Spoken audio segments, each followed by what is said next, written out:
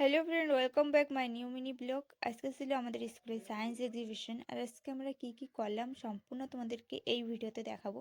তো ভিডিওটা স্কিপ না করে সম্পূর্ণভাবে দেখতে থাকো, আর ভিডিওটা ভালো লাগলে লাইক শেয়ার কমেন্ট করতে জন্য ভুলো না, ওকে। আর এখানে আমাদের সব কিছু রেডি করা হয়ে গেছে, আর বাচ্চারা এক একজন করে সবাই চলে এসেছিলো, আর ওদেরকে আমরা যে টাইমটা দিয়েছিলাম সেই টাইমের ভিতরেই ওরা চলে এসেছিলো। আর ওরা না অনেক এক্সাইটেড ছিল ওদের প্রজেক্টকে নিয়ে।